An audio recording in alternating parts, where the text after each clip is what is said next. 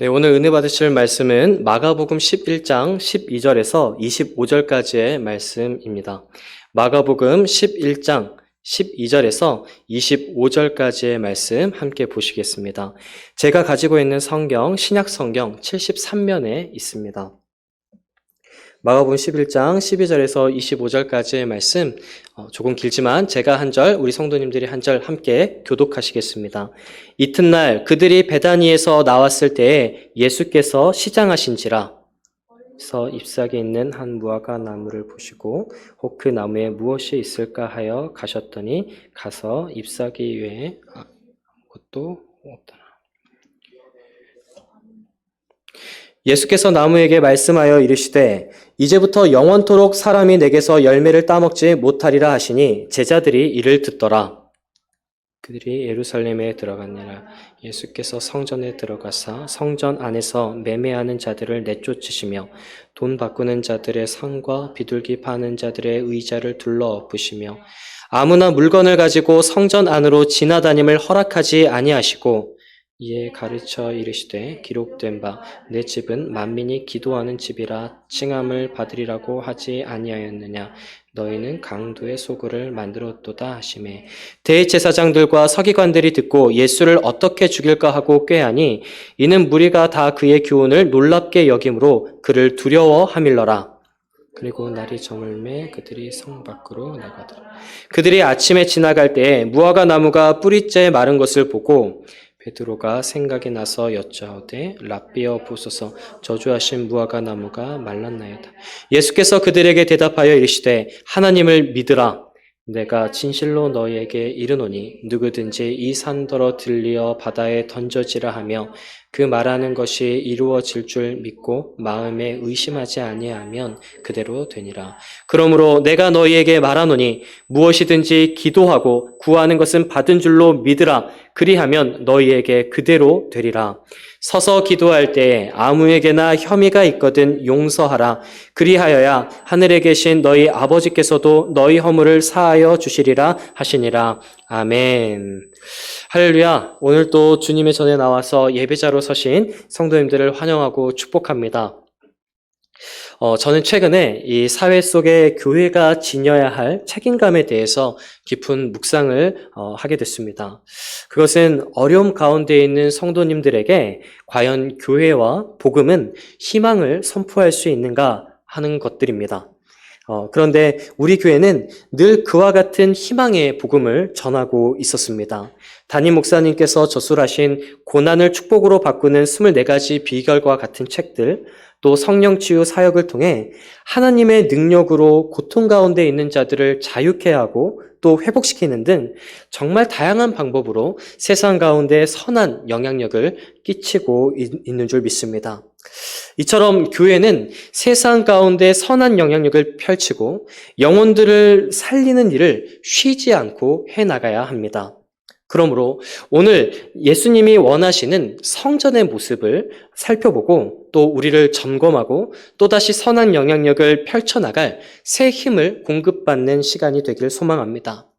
오늘은 마가복음 11장 12절부터 25절까지의 말씀을 통해 회복되어야 할 성전이라는 주제로 은혜 나누기 원합니다. 한번 다 같이 해보실까요? 회복되어야 할 성전. 네, 오늘의 본문 말씀은 성도님들께서도 익히 잘 알고 계시는 성전 정화 사건이 기록되어진 곳입니다. 그런데 잘 살펴보면 무화과 나무의 이야기가 성전 정화 사건을 앞뒤로 감싸고 있습니다.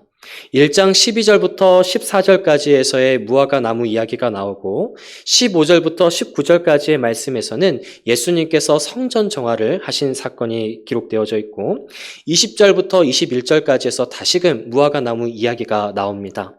그리고 22절부터 25절까지에서는 예수님께서 성전은 만민이 기도하는 집이 돼야 된다라고 말씀하시고 바로 22절, 25절에서 어떤 기도하는 성전, 또 그리고 어떻게 하는 것이 이 성전으로서 제대로 된 기능을 하는 것인가를 말씀해 주고 있습니다.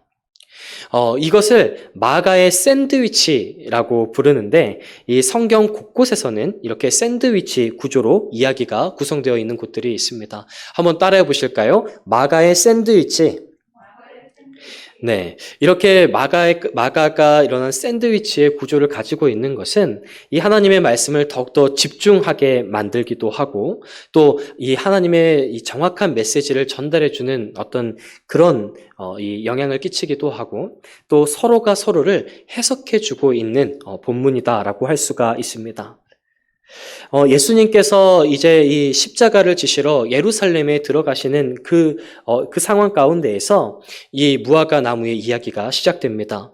예수님께서 예루살렘에 들어가시기 전에 무화과 나무를 보시고 열매가 없자 무화과 나무가 제 기능을 다하지 못했다라고 말씀하십니다. 따라서 오늘 예수님께서 무화과 나무 사건과 성전 정화 사건을 말씀하시는데 이 말씀이 오늘 우리에게 어떤 메시지를 주고 있는지 함께 살펴보고자 합니다. 예수님께서 십자가 지시러 예루살렘에 들어가시기 전에 무화과 나무를 보시고 무화과 나무에 열매가 없자 무화과 나무가 제 기능을 다하지 못한 것으로 인해서 다시는 이 무화과 나무가 열매를 맺지 못할 것이다 라고 말씀하십니다. 이 많은 분들께서 이 말씀을 묵상하실 때 우리 예수님께서 많이 배가 고프셨구나 또 무화과의 때가 되지 않았다라는 말씀 때문에 이 예수님께서 성격이 급하셨나라고도 생각하는 분들이 있을 것입니다. 그러나 이 오늘의 본문은 예수님의 배고프심과 어떤 성격이 급하신 것을 말씀하는 것이 아니라 성전의 분명한 목적과 의미를 설명하시기 위해서 주시는 본문입니다. 이 무화과 나무는 구약에서 종종 백성들에 대한 어떤 심판과도 관련이 되어지기도 합니다. 따라서 무화과 나무가 존재하는 목적은 열매를 맺는 것인데 열매를 맺지 못한 것은 무화과 나무가 제 기능을 하지 못한 것이고 또 이러한 현실은 무화과 나무가 뿌리째 말라버리는 결과를 가져오게 됩니다. 그리고 바로 그 중간에 성전에 관련된 이야기가 담겨져 있는 것입니다. 즉 무화과 나무처럼 성전도 제 기능을 다하지 못하게 되면 위험한 상황에 빠질 수 있다는 것입니다. 성전이 있는 목적을 만민이 기도하는 집으로 정의 내리시는 예수님의 모습을 우리가 살펴본다면 만민이 기도하는 집, 이것이 바로 성전이 갖추어야 할 기능이고 목적이고 의미다라고 할 수가 있는데 성전이 어떤 기능을 제대로 하지 못하고 있기에 예수님께서 이렇게 격양되셔서 이 성전 정화 사건을 치르셨을까요? 이러한 예수님의 격양된 모습은 성경에서 좀처럼 찾아볼 수 없는 본문이고 이 사건은 예수님을 십자가에 달리게 하는 이유 중 하나가 되어지기 때문에 굉장히 중요하고 집중해서 살펴봐야 하는 본문입니다. 그렇다면 오늘 성전이 어떤 기능을 해야 되는 것이고 어떠한 근본적인 목적이 있는 것인지 오늘 말씀을 통해서 함께 살펴보고자 합니다. 첫 번째로 성전은 누구나가 하나님을 만나는 장소가 돼야 합니다. 이 성전의 기초가 되어지는 곳은 아마 출애굽기의 회막이 아닐까 생각합니다. 이 회막은 오헬 모헤드라고 히브리어로 되어져 있습니다. 이것을 직역하게 되어지면 만남의 텐트라는 뜻을 가지고 있습니다. 레위기서 1장 1절에서는 이렇게 말씀합니다. 여호와께서 회막에서 모세를 부르시고 그에게 말씀하여 이르시되 이 하나님께서 모세를 부르시고 대화를 나누시는 인격적인 만남이 있는 곳이 바로 회막 만남의 텐트인 것입니다. 우리 성서중앙교회 역시도 모든 분들이 이곳에서 예배 드리실 때 하나님과의 인격적인 만남이 있는 줄 믿습니다. 그런데 이 인격적인 만남이 이루어지지 않으면 성전은 제 기능을 하지 못하고 있는 것입니다. 성전의 가장 기본적인 기능은 예배 드릴 때 그리고 기도할 때 하나님을 만나는 장소로서의 기능을 해야 합니다. 오늘 예수님께서 성전 정화를 하신 이유는 바로 여기에 있습니다. 누구나가 하나님을 만나는 장소가 되어야 하는 성전이 제 기능을 하지 못하고 있기 때문에 그렇습니다. 그렇다면 어떻게 성전이 제 기능을 하지 못하고 있었을까요? 예수님께서 성전 안에 상인들을 내쫓으시는 장면과 또 예수님께서 말씀하신 강도의 소굴을 만들었다라고 하시는 것을 통해서 알 수 있는 내용이 있는데, 그것은 무엇이냐면 성전 안에 누구나가 들어올 수 없는 상황이라는 것을 말씀해 주고 있습니다. 실제 이스라엘의 유월절과 같은 절기 때가 되면 전국 각지뿐만 아니라 전 세계의 디아스포라에 흩어져 있는 이 유대인들이 예루살렘에 모입니다. 그때 이 하나님께 드릴 희생 제물을 가지고 와야 하는데 그것은 정말 쉽지 않은 일이 되었을 것입니다. 왜냐하면 굉장히 먼 거리에서부터 와야 되기 때문에 제물을 가지고 온다는 것이 쉽지 않았습니다. 그래서 당시에는 감람산이라고 하는 곳에 이 희생 제물을 살 수 있는 곳이 마련이 되어져 있었습니다. 그런데 정말 수없이 많은 사람들이 하나님께 예배 드리러 오기 때문에 너무나도 장사가 잘 되는 겁니다. 그러다 보니까 이 대제사장들이 성전의 뜰에다가 이 시장을 만들어서 그곳에서 산 이 희생 제물만 하나님께 드릴 수 있게 만들었다는 것입니다. 그러다 보니 다른 감난산에서 사는 희생 제물보다 훨씬 더 비싼 가격, 많게는 16배가 넘는 이 가격을 받았다고 합니다. 그리고 직접 가져오거나 또 감난산에서 사가지고 온 이 제물들을 받지 않을 때도 많이 있었다라고 합니다. 그러니까 지금 누구나가 성전에 와서 예배드릴 수 있고 하나님을 만나야 되는 장소에 재정적으로 충분하지 않게 되어지면, 또는 어떠한 이 억압과 그리고 강한 자들의 어떤 이 압박으로 인하여서 누구나가 드리지 못하는 경우가 생겼다는 것을 말씀하고 있는 것입니다. 따라서 우리가 알 수 있는 것은 이 희생 제물을 구매하지 못하는 사람들, 또 그리고 희생 제물을 구매하지 못하게 만드는 사람들이 그 성전에 같이 함께 있었다는 것을 우리는 알 수가 있습니다. 또한 우리가 성전에 들어갈 때에 성전세를 내는 것도 알고 있지 않으십니까? 이처럼 성전세와 시장의 모든 관리를 통하여서 경제적인 이윤을 챙기는 것이 하나님을 예배하는 것보다 더 우선시 됐을 뿐만 아니라 경제적으로 어려운 환경 가운데 있는 일반 백성들은 하나님을 만날 수 있는 것이 현실적으로 너무나도 어려운 상황이었습니다. 마가복음 12장 44절에서는 자신이 가진 전부를 들여서라도 하나님께 예배드리려고 하는 믿음의 여인을 우리는 볼 수 있습니다. 모든 것을 들여서라도 하나님께 나아가는 이 여인의 믿음도 대단하지만 전 재산을 들여야만 하나님을 만날 수 있는 상황 가운데 여인을 안타깝게 예수님이 생각하셨습니다. 마가복음 12장 39절부터 40절까지에서는 그에 대한 말씀을 해주고 있습니다. 회당의 높은 자리와 잔치의 윗자리를 원하는 서기관들을 삼가라. 그들은 과부의 가산을 삼키며 외식으로 길게 기도하는 자니 그 받는 판결이 더욱 중하리라 하시니라. 그러니까 과부의 가산을 삼키는 이 서기관들이 있었다는 것을 의미합니다. 그리고 나서 바로 이어지는 내용이 바로 이것입니다. 그들은 그 다 풍족한 중에서 넣었거니와 이 과부는 그 가난한 중에서 자기의 모든 소유 곧 생활비 전부를 넣었느니라 하시니라. 아멘. 그러니까 우리가 믿음의 여인이라는 것을 잘 알고 있지만 이 믿음의 여인의 그 현재적 심정을 한번 생각해 본다면 얼마나 마음 아픈 일인지 모릅니다. 자신의 전 재산을 들어야지만이 하나님을 만날 수 있었던 여인이었다는 것입니다. 우리는 이 본문을 믿음이 좋은 여인의 이야기로만 생각할 때가 있지만 사실 이 본문 전체를 놓고 본다면 사회적 약자들이 강자들의 압제와 탐욕, 착취 등으로 하나님을 만나는 것이 얼마나 어려운 일이었는가를 보여주고 있기도 합니다.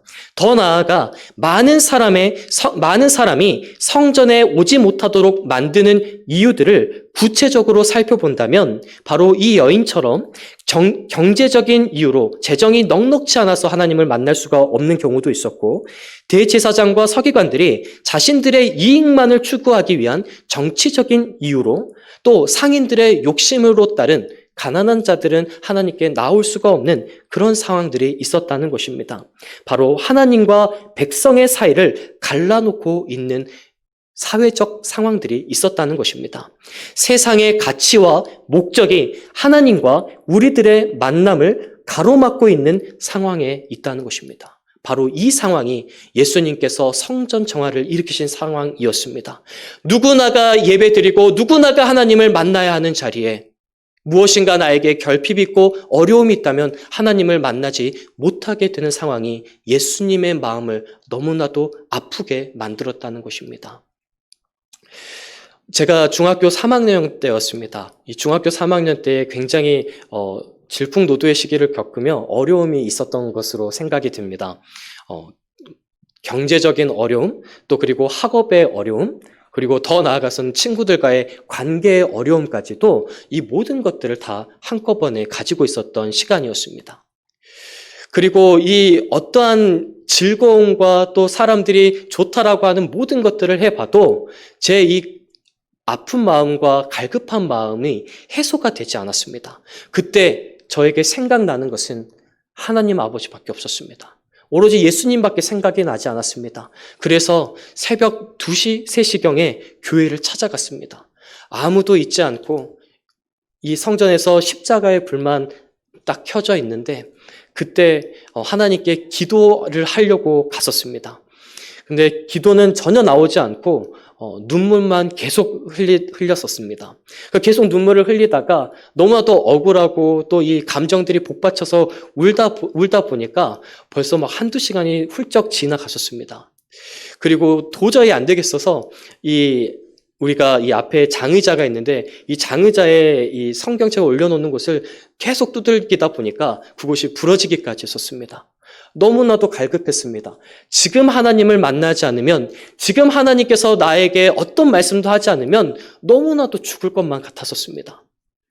그렇게 1시간, 2시간 기도할 때에 하나님의 음성이 들려왔습니다. 상훈아, 내가 너 쓸게 라는 음성이었습니다. 한번 자신의 이름을 넣어서 한번 말씀해 보실까요? 자신의 이름 넣어서 시작. 상훈아, 너 쓸게. 제 이름을 말씀해 주시니 감사합니다. 하나님께 크게 쓰임 받는 줄 믿습니다. 네, 그렇습니다. 하나님께서 저에게 말씀해 주셨습니다. 내가 너 쓸게. 그때에는 그 말이 어떤 말씀인지 잘 몰랐습니다. 그럼에도 불구하고 저한테는 한 가지의 확신이 생겼습니다. 나같이 너무나도 문제가 많은 사람도 하나님께서 만나주시는구나. 할렐루야. 오늘 여러분들 가운데에도 자격이 없는 것처럼 느껴지고 너무나도 부족한 것처럼 나 자신을 생각하고 있는 분들이 있습니까? 설령 그런 환경 가운데 있다고 하더라도 우리 하나님은 바로 우리를 만나주시는 분인 줄 믿습니다. 오늘 만남의 텐트, 오헬모에드, 그리고 이 성전은 어떤 곳이냐면 하나님을 누구나가 만나는 자리가 되는 것입니다. 오늘 여기에 계신 우리 모든 성도님들도 하나님을 만나게 되어지는 자리가 될 줄 믿습니다.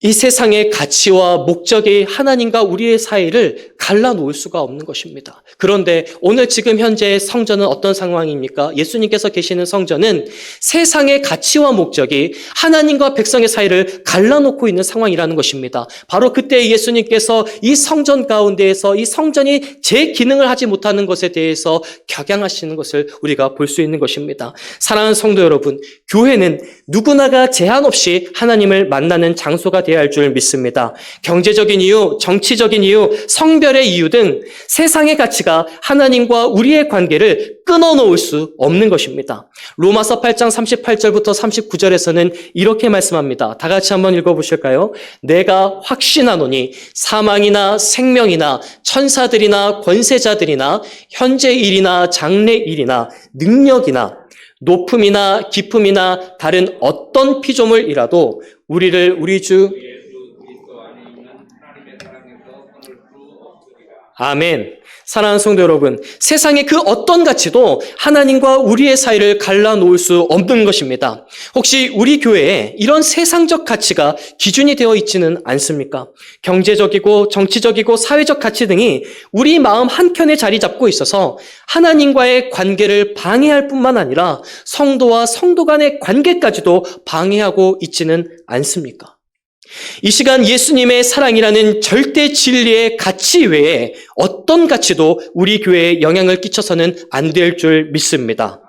오늘 우리 교회 가운데 있어야 될 것은 오로지 예수 그리스도의 십자가와 부활의 영광의 능력만이 우리 교회의 진정한 가치와 또 우리가 추구해 나가야 될 지향점이 되어야 될 줄 믿습니다.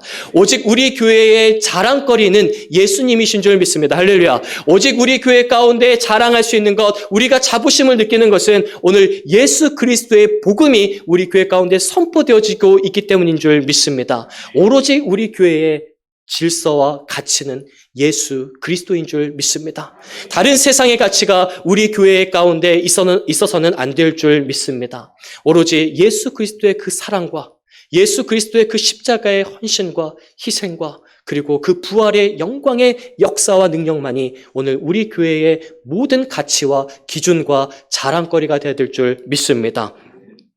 사랑하는 성도 여러분, 따라서 교회가 인격적으로 하나님을 만나는 장소가 되는 제 기능을 하기 위해선 세상의 기준과 가치가 교회 안에 자리 잡는 것이 아니라 오로지 예수 그리스도의 복음만이 기준과 가치가 되어져야 하고 누구나가 성전 안에 들어와서 함께 예배 드릴 수 있는 자리가 되어야 할 줄 믿습니다.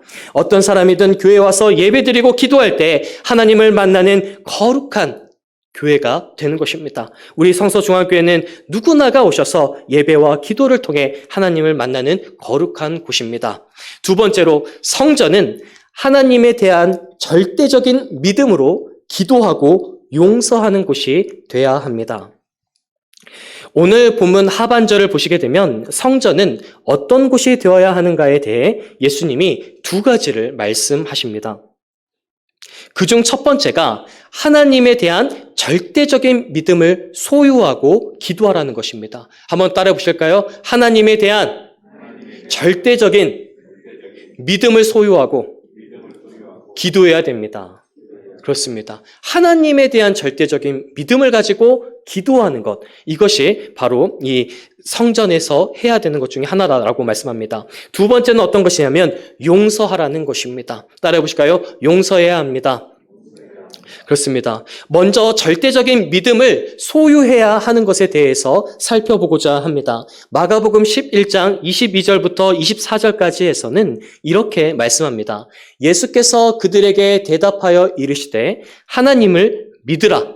내가 진실로 너희에게 이르노니 누구든지 이 산더러 들려 바다에 던져지라 하며 그 말하는 것이 이루어질 줄 믿고 마음에 의심하지 아니하면 그대로 되리라. 그러므로 내가 너희에게 말하노니 무엇이든지 기도하고 구하는 것은 받은 줄로 믿으라. 그리하면 너희에게 그대로 되리라. 아멘. 오늘 성전이 가져야 되는 것은 무엇이냐면 하나님에 대한 절대적인 믿음을 가져야 될 줄 믿습니다. 교회에서 하나님에 대한 믿음을 강조하는 것은 너무너무나도 당연한 이야기입니다. 그런데 예수님께서 왜 이 말씀을 굉장히 격양되셔서 말씀하셨을까요? 예수님께서 하나님을 믿어야 됩니다. 절대적인 하나님에 대한 절대적인 믿음을 가져야 됩니다라고 예수님께서 격양되셔서 말씀을 하십니다. 그 이유가 무엇일까요? 바로 하나님에 대한 절대적인 믿음이 사라진 성전을 보셨기 때문에 그렇습니다. 사랑하는 성도 여러분, 오늘 우리 교회는 하나님에 대한 절대적인 믿음을 갖는 교회가 될 줄 믿습니다. 우리 교회는 하나님에 대한 절대적인 믿음이 있는 교회인 줄 믿습니다.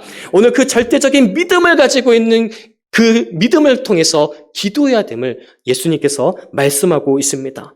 이렇게 말씀하신 이유는 무엇이냐면 바로 성전 가운데서 하나님에 대한 절대적인 믿음이 없자 믿음보다 더 우선시 되는 것들이 교회를 지배해 버렸다는 것을 의미합니다. 앞서 말씀드렸던 것처럼 성전 안에 있는 모든 사람들이 하나님을 예배하는 것이 아니라 하나님이 아닌 세상의 가치를 가지고 그 가치를 위하여서 일하고 있는 중이었습니다. 오늘 우리 교회 가운데도 혹시 이런 일들이 있지는 않습니까? 오로지 예수 그리스도께만 집중하고 오직 예수 그리스도의 이름만을 향하여서 우리가 진정한 신령과 진정으로 예배 드려야 되는데 오늘 이 자리 가운데 우리의 몸도 있지만 예수님이 아닌 다른 것들을 생각하고 다른 것의 중심을 가지고 혹시 예배 드리고 있는 것은 아닙니까? 수없이 많은 사람들이 성전에 있었지만 그곳 가운데 진정으로 하나님만을 예배하는, 하나님께만 나의 온 정성을 쏟아붓는 그런 사람들이 보이지 않았다는 것입니다. 오늘 예수님께서 격양되신 이유는 바로 그 때문이었습니다. 믿음보다 더 우선시되는 것들이 교회를 지배해버렸습니다. 성경에서 하나님에 대한 절대적인 믿음이 상실되면, 성전에서 하나님에 대한 절대적인 믿음이 상실되면 우리들의 존재마저도 상실된다는 것을 말씀하고 있습니다. 무화과 나무가 자신의 기능을 다하지 못하니까 어떻게 됐습니까? 뿌리째 말라버렸습니다. 이 말씀은 성전과 이어집니다. 성전이 제 기능을 하지 못하면 아주 위험한 상황 가운데 처한다는 것입니다. 하나님에 대한 절대적인 믿음이 없는데 그곳에서 암만 기도한다고 한들 어찌 그것이 교회로서의 기능을 할 수 있냐는 말입니다. 그렇게 되어지면 우리 존재 자체가 위험해진다는 것을 말씀하고 있는 것입니다. 그렇다면 우리는 어떤 절대적인 믿음을 소유해야 하는 것일까요? 그것은 예수님에게 칭찬받는 자들의 모습을 통해서 알 수 있습니다. 사실 마가복음에서 예수님께 칭찬받는 사람들의 특징들을 보게 되어지면 예수님에 대한 절대적인 믿음을 소유한 자들이었습니다. 그중 한 명이 회당장 야이로입니다. 이 야이로의 딸이 죽을 위기에 처하자 예수님께 나와 간곡히 청합니다. 예수님, 제 딸을 만나주셔서 손 한 번만 얹어주시면 제 딸이 구원을 얻을 수 있을 것 같습니다. 제 딸을 살려주십시오라고 야이로가 아주 간청하는 모습을 우리는 볼 수가 있습니다. 그러자 예수님께서 야이로의 집으로 함께 가고 있는 도중에 아이가 죽어버렸습니다. 예수님과 야이로 주위의 사람들은 대부분 이 아이를 포기했습니다. 그도 그럴 것이 죽어버린 사람을 더 이상 어떻게 할 수 있는 방도가 없기 때문에 그렇습니다. 우리 역시도 이 죽음의 문제가 다가오게 되어지면 어찌할 방도를 찾지 못할 때가 참 많이 있습니다. 주위의 모든 사람들이 그렇게 포기해버리는 상황이 있었습니다. 그러나 야이로와 또 그 딸의 어머니와 예수님의 세 제자 역시 포기하지 않고 예수님을 따라갑니다. 예수님께서 우리 딸을 살려주실 거야. 야이로는 반드시 이런 마음의 갈급함과 간구와 믿음을 가지고 있었을 것입니다. 예수님께서 반드시 우리 딸을 살려주실 거야. 분명히 믿음을 갖고 기도하면서 딸에게 갔을 것입니다. 그리고 예수님이 딸에게 다가가서 이렇게 외치십니다. 달리다고 마시며 아이의 손을 잡고 일으키자 아이가 소생케 되었습니다. 바로 이러한 야이로의 믿음은 칭찬받는 믿음이었습니다. 모든 사람들이 안 된다고 하고 포기해야 한다고 외칠 때에도 천지를 창조하시고 다스리시며 모든 것의 주권자 되시는 하나님에 대한 절대적인 믿음을 소유하고 우리의 간구를 올려드려야 하는 것입니다. 바로 이것이 하나님에 대한 절대적인 믿음이라고 할 수 있습니다. 사랑하는 성도 여러분, 우리가 소유하고 있는 믿음은 맹목적이거나 허무맹랑한 것이 아닙니다. 복권과 같은 것에 당첨되길 바라는 기적과 같은 것을 믿음이라고 하지 않습니다. 우리가 갖는 절대적인 믿음이라는 것은 하나님이 갖고 계신 능력을 기초로 하는 것입니다. 능치 못함이 없으신 하나님에 대한 절대적인 믿음을 갖고 우리가 기도하기 시작할 때 전능하신 하나님께서 여러분의 삶에 직접 개입하시고 일하실 줄 믿습니다. 골로새서 1장 15절부터 18절까지에서는 예수님이 어떤 분이신지를 우리 가운데 말씀해주고 있습니다. 함께 다 같이 읽어보실까요? 그는 보이지 아니하는 하나님의 형상이시요 모든 피조물보다 먼저 나신 이시니 만물이 그에게서 창조되되 혹은 왕권들이나 주권들이나 통치자들이나 권세들이나 만물이 다 그로 말미암고 그를 위하여 창조되었고 또한 그가 만물보다 먼저 계시고 만물이 그 안에 함께 섰느니라. 그는 몸인 교회의 머리시라. 그가 근본이시요 죽은 자들 가운데서 먼저 나신 이시니 이는 친히 만물의 으뜸이 되려 하심이요. 아멘. 세상 모든 것에 으뜸 되신 예수님이 여러분과 함께 해주시는 줄 믿습니다. 할렐루야. 그 어떤 것보다 으뜸 되시는 분이 여러분과 함께 해주시고 여러분의 간구를 들어주신다라고 말씀합니다. 요한복음 14장 13절부터 14절까지에서도 이렇게 말씀합니다. 너희가 내 이름으로 무엇을 구하든지 내가 행하리니 이는 아버지로 하여금 아들로 말미암아 영광을 받으시게 하려 함이라. 내 이름으로 무엇이든지 내게 구하면 내가 행하리라. 아멘. 사랑하는 성서가족 여러분, 하나님에 대한 절대적인 믿음을 소유하고 기도하십시오. 절대적인 믿음의 기도가 없이는 아무것도 이루어지지 않을 것이며 으뜸이 되어주시는 분, 천지를 창조하시고 다스리시는 하나님이 여러분의 간구를 들으시면 하나님의 역사가 여러분의 삶에 펼쳐지게 되는 것입니다. 여러분, 성전에 와서 기도해야 됩니다. 성전에 와서 절대적인 하나님에 대한 절대적인 믿음을 가지고 능치 못함이 없으시다라고 하는 그 하나님에 대한 절대적인 믿음을 가지고 우리가 성전에 나와 기도할 때 하나님의 역사가 여러분의 삶 가운데 펼쳐지게 될 줄 믿습니다. 또 한 가지는 어떤 것이었습니까? 용서해야 된다라고 말씀하십니다. 용서라는 것은 공동체가 유지되기 위해서 아주 중요한 요소이지만 여기에서는 더 큰 의미가 담겨져 있습니다. 마가복음 11장 25절에서는 이렇게 말씀합니다. 서서 기도할 때에 아무에게나 혐의가 있거든 용서하라. 그리하여야 하늘에 계신 너희 아버지께서도 너희 허물을 사하여 주시리라 하시니라. 아멘. 아주 중요한 말씀입니다. 절대적인 믿음을 가지고 기도하는 것도 중요한데 우리가 서로 간에 우리가 옆에 계신 분들과 서로 용서하지 않으면 하나님께서도 용서하지 않으시고 하나님께서 용서하지 않으시면 우리의 기도가 하나님께서 들으시는 기도가 안 된다라고 말씀하는 것입니다. 따라서 사랑하는 성도 여러분, 옆에 분들과 우리 교회 모든 공동체들은 서로 용서하는 자리에 있어야 될 줄 믿습니다. 오늘 우리의 이 십자가를 많은 분들이 이야기하시기를 십자가의 수직과 수평의 관계를 많이들 말씀하십니다. 수직의 관계는 하나님과 우리하고의 관계를 의미하고 수평의 관계는 사람과 사람과의 관계를 말합니다. 그리고 이것이 온전해질 때에 온전한 십자가가 만들어진다라고 합니다. 오늘 우리 교회는 하나님에 대한 절대적인 믿음, 하나님과 우리하고의 수직적인 관계를 올바로 하고 옆에 계신 분들과 우리 모든 교회 공동체가 성도가 성도 간에 서로 용서하고 용납하고 남을 나보다 더 낫게 여기는 그 마음을 가지고 함께 이루어 나갈 때 온전한 십자가의 능력이 우리 교회 가운데 펼쳐지게 될 줄 믿습니다.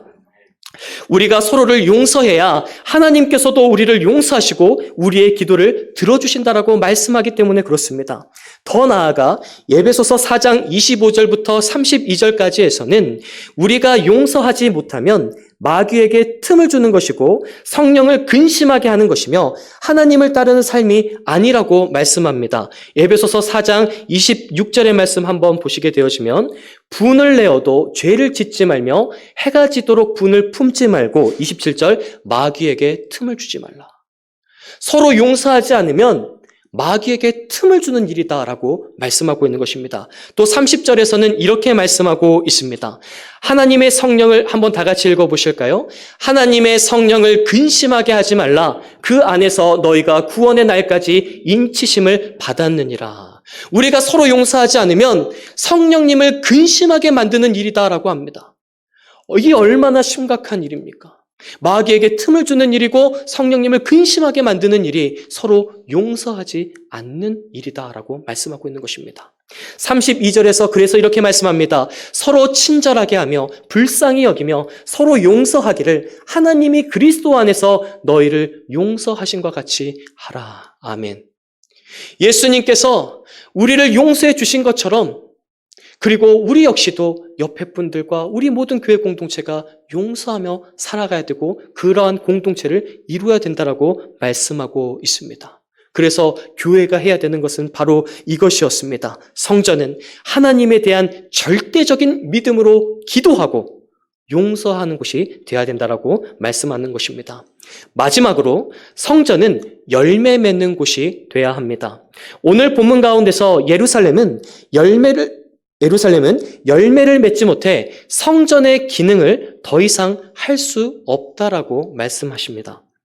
그렇다면 성전은 어떤 열매를 맺었어야 했던 것일까요? 이 열매를 잘 맺었으면 예수님에게 칭찬을 받았을 텐데 그 열매를 맺지 못해 지금 예수님께서 무화과 나무의 이야기와 성전 정화의 사건을 일으키셨다라는 것을 알 수 있습니다.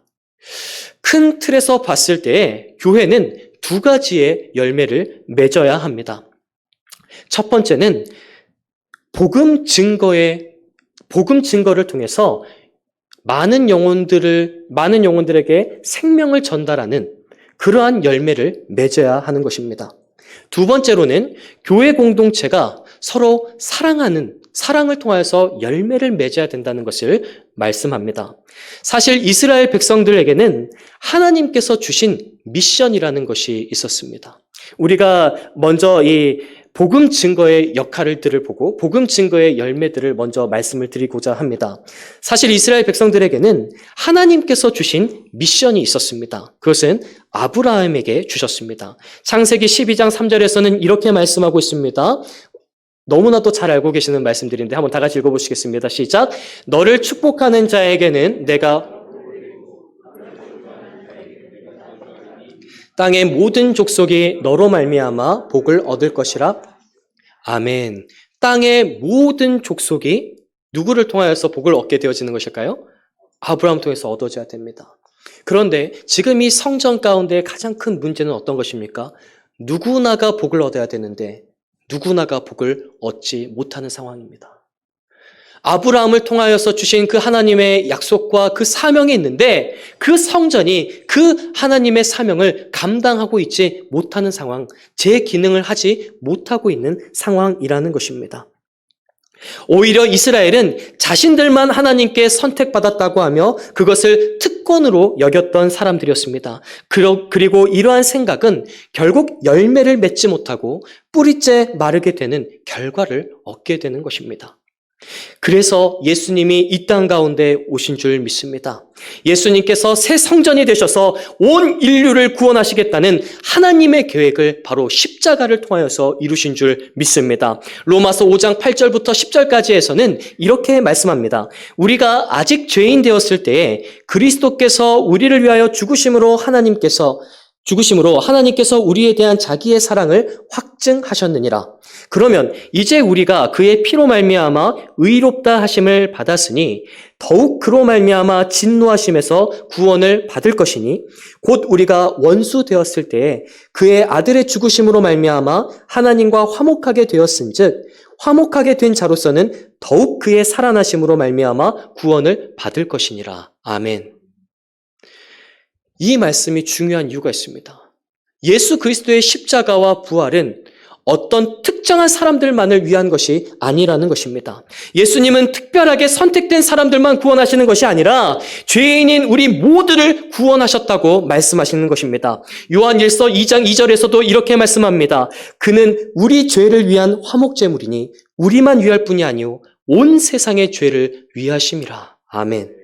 하나님이 아브라함을 통해서 이루고자 하셨던 궁극적인 뜻이 예수님을 통하여서 비로소 이루어진 것입니다. 예수님의 십자가와 보혈의 열매가 바로 우리들인 것입니다. 그리고 이제 우리들은 예수님의 나뭇가지가 되어서 더욱 많은 영혼들을 주님께로 인도하여 열매 맺는 삶을 살아야 할 줄 믿습니다. 또 한 가지는 어떤 것이었습니까? 바로 서로 사랑해야 된다는 것을 말씀하셨습니다. 요한복음 15장 5절에서는 이렇게 말씀하고 있습니다.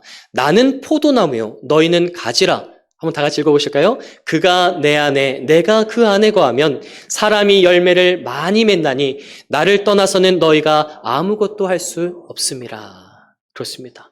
예수님께서 부활의 첫 열매가 되어주시고 또 포도나무가 되어주셨는데 이제 우리는 이 포도나무의 가지가 되어졌다라고 말씀합니다. 그리고 우리들은 뭘 해야 되는가? 많은 열매를 맺어야 됩니다. 그 열매의 첫 번째는 무엇이었냐면 바로 복음 증거를 통하여서 죽어가는 영혼들에게 생명을 전달하고 또 그 죽어가는 영혼들이 많아지면 많아질수록 우리의 열매가 많아지는 것을 의미했습니다.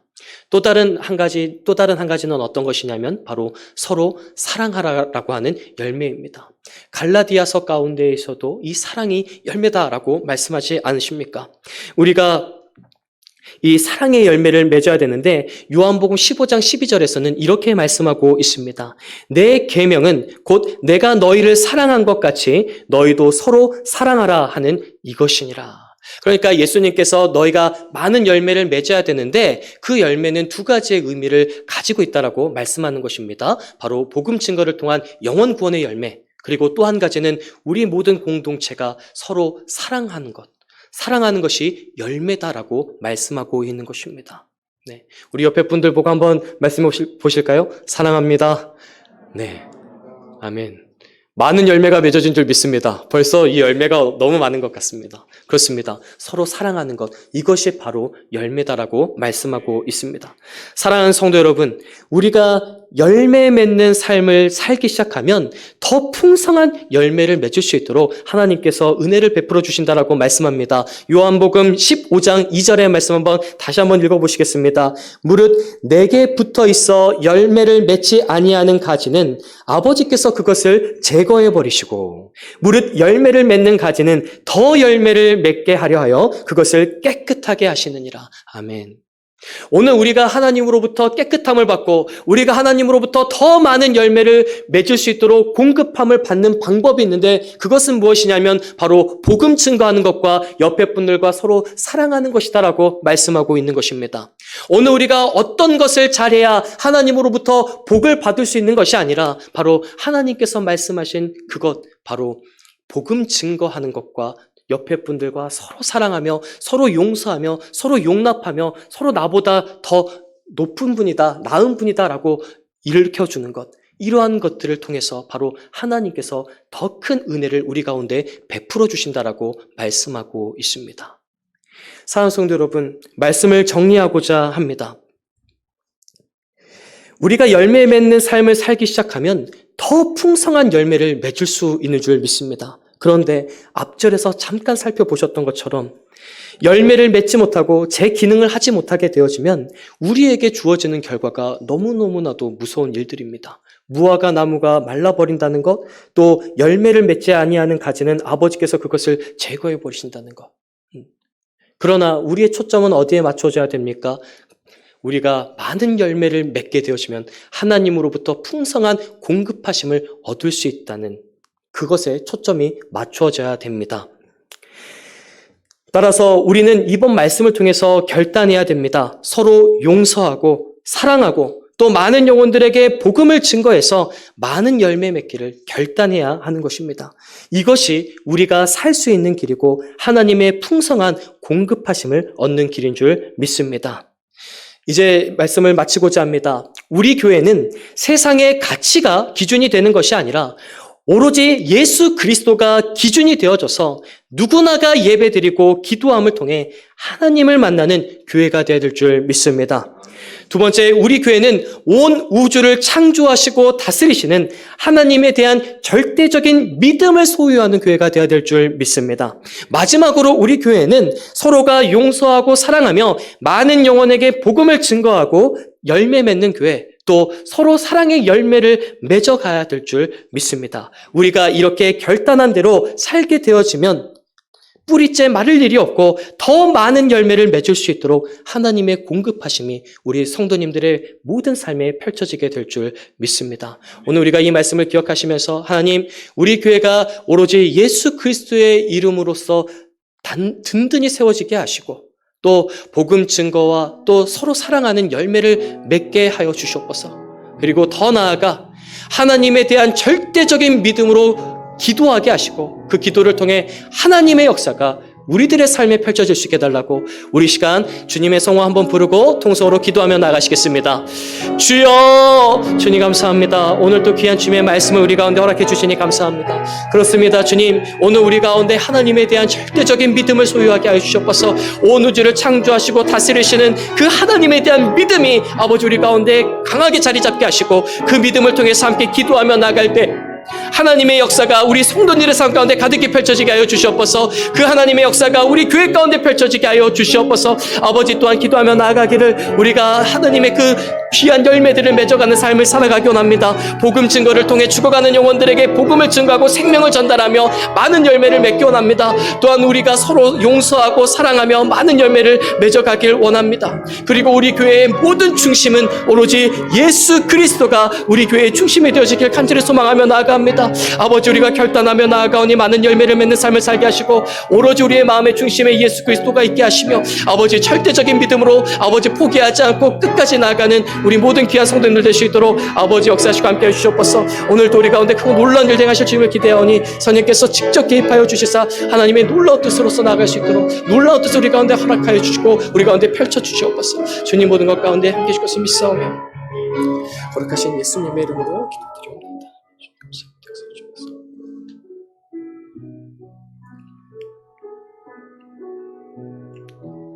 하나님 감사합니다. 오늘 성전이 어떻게 제 기능을 해야 되는지 깨닫게 하여 주시니 감사합니다.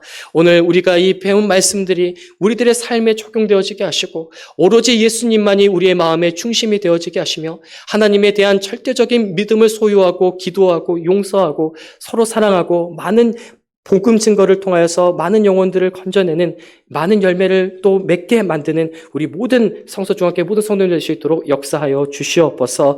항상 강건하게 붙들어 주시고 모든 것 가운데 함께 주실 것을 믿사오며 예수님의 이름으로 기도드리옵나이다.